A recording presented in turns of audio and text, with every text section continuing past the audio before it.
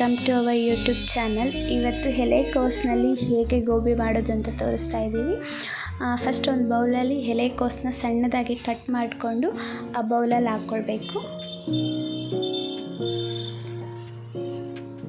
ಅದಾದಮೇಲೆ cornflour 2 spoons ಹಾಕ್ಕೊಳ್ಬೇಕು, ಯಾಕಂದರೆ ಗರಿ ಗರಿಯಾಗಿ ಬರುತ್ತೆ ಗೋಬಿ. ಮತ್ತು ಮೈದಾ ಹಸಿಟ್ಟು 2 ಸ್ಪೂನ್ಸ್ ಹಾಕ್ಕೊಳ್ಬೇಕು. ಅದಾದಮೇಲೆ ಶುಂಠಿ ಬೆಳ್ಳುಳ್ಳಿ ಪೇಸ್ಟ್ ಹಾಕ್ಕೊಳ್ಬೇಕು.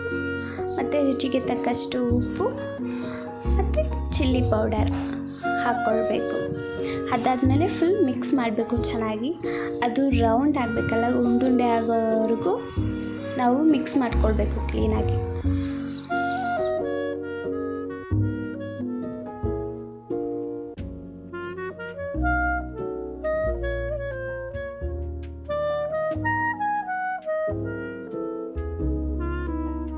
ಫುಲ್ ಮಿಕ್ಸ್ ಆಗಿದೆ, ಉಂಡೆ ಉಂಡೆ ಆಗ್ತಿದೆ. ಈಗ ಎಣ್ಣೆನ ಕಾಯಿಸ್ಕೊಳ್ಳೋಣ ಒಂದು ಬಾಣಲಿಯಲ್ಲಿ.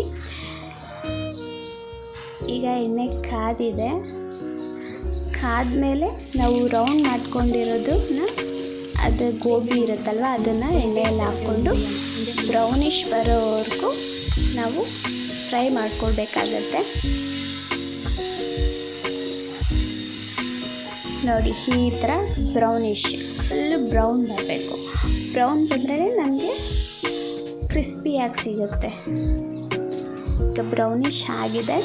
ಮತ್ತು ಒಂದು ಬಾಣಲಿಯಲ್ಲಿ ಆನಿಯನ್ನ ಸಣ್ಣದಾಗಿ ಕಟ್ ಮಾಡ್ಕೊಂಡಿರೋ ಆನಿಯನ್ ಹಾಕ್ಕೊಳ್ಬೇಕು. ಮತ್ತು ಚಿಲ್ಲಿ ಹಸಿಮೆಣ್ಸಿನ್ಕಾಯಿನ ಹಾಕ್ಕೊಂಡು,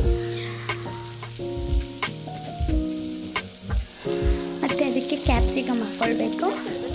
ಕ್ಯಾಪ್ಸಿಕಮ್ ಹಾಕ್ಕೊಂಡು ಸ್ವಲ್ಪ ಫ್ರೈ ಮಾಡ್ಕೊಳ್ಬೇಕಾಗುತ್ತೆ.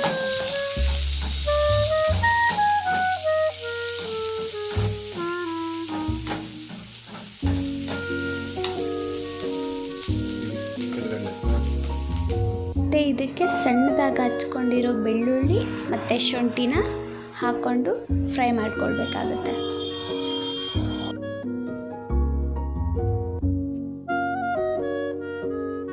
ನಾನು ಕರಿಬೇವು ಮುಂಚೆನೇ ಹಾಕಬೇಕಾಗಿತ್ತು, ಮರ್ತೋದೆ. ಸದ್ಯಕ್ಕೆ ಇವಾಗ ಹಾಕ್ತಾಯಿದ್ದೀನಿ, ಪರವಾಗಿಲ್ಲ, ಏನಾಗಲ್ಲ. ಕರಿಬೇವು ಹಾಕ್ಕೊಳ್ಬೇಕು. ಹಾಕ್ಕೊಂಡು ಅದನ್ನು ಸ್ವಲ್ಪ ಫ್ರೈ ಮಾಡ್ಕೊಳ್ಳೋಣ. ಹಸಿ ಸ್ಮೆಲ್ ಹೋಗೋವರೆಗೂ ಹಾಕ್ಕೊಂಡು ಫ್ರೈ ಮಾಡಿಕೊಂಡು, ಮತ್ತು ಸೋಯಾ ಸಾಸ್ನ ಸ್ವಲ್ಪ ಹಾಕಬೇಕು, ಜಾಸ್ತಿ ಆಗಬಾರ್ದು. ಸ್ವಲ್ಪ ಸೋಯಾ ಸಾಸು ಮತ್ತು ಟೊಮೆಟೊ ಸಾಸ್ನ ಹಾಕ್ಕೊಳ್ತಾ ಇದ್ದೀವಿ. ಎರಡೂ ಹಾಕಿ ಸ್ವಲ್ಪ ಫ್ರೈ ಮಾಡಿಕೊಳ್ಬೇಕು. ಈ ಥರ ಮನೆಯಲ್ಲೇ ಮಾಡಿಕೊಂಡ್ರೆ ಹೆಲ್ತಿಯಾಗಿರುತ್ತೆ. ಬೇರೆ ಆಯಿಲ್ಸು ಆ ಥರ ಎಲ್ಲ ಏನೂ ಇರೋಲ್ಲ. ನಮ್ಗೆ ಎಷ್ಟು ಬೇಕೋ ಲಿಮಿಟಾಗಿ ನಾವು ಹಾಕ್ಕೊಂಡು ಮಾಡ್ಕೊಳ್ಬೋದು. ಮತ್ತು ಸ್ವಲ್ಪ ಚಿಲ್ಲಿ ಸಾಸ್ ಹಾಕ್ಕೊಂಡು ಫ್ರೈ ಮಾಡ್ಕೊಳ್ಳಿ. ಈಗ ಫ್ರೈ ಆಗಿದೆ. ನಾವು ಫ್ರೈ ಮಾಡ್ಕೊಂಡಿರೋ ಗೋಬಿನ ಅದರಲ್ಲಿ ಹಾಕಿ ಮಿಕ್ಸ್ ಮಾಡ್ಕೊಳ್ಳೋಣ. ನನಗೂ ಅಷ್ಟೇ ಕುಕ್ಕಿಂಗಲ್ಲಿ ಏನೂ ಬರೋಲ್ಲ, ಎಲ್ಲ ಹೊಸ ಟ್ರೈ ಮಾಡ್ತಾಯಿದ್ದೀವಿ. ನಾನು ಶಿವಾಗ ಸ್ವಲ್ಪ ಟಚ್ ಇದೆ, ಅವರು ಚೆನ್ನಾಗಿ ಮಾಡ್ತಿದ್ದಾರೆ ಕುಕ್ಕಿಂಗು. ಇಬ್ಬರು ಸೇರಿ ಏನಾದರೂ ಒಂದು ಮನೆಯಲ್ಲಿ ಟೈಮ್ ಸ್ಪೆಂಡ್ ಮಾಡೋಣ ಅಂತ ಅಷ್ಟೆ.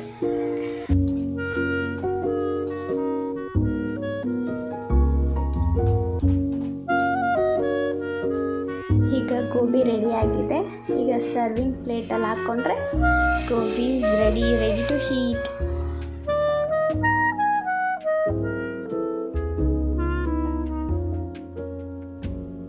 ಇನ್ನು ನಮ್ಮ ಚಾನಲ್ಗೆ ಯಾರು ಸಬ್ಸ್ಕ್ರೈಬ್ ಆಗಿಲ್ಲ ಅಂದರೆ ಅವರು ಬೇಗ ಸಬ್ಸ್ಕ್ರೈಬ್ ಮಾಡಿಕೊಂಡು ನಾವು ಮಾಡೋ ವಿಡಿಯೋನ ನೋಡಿ.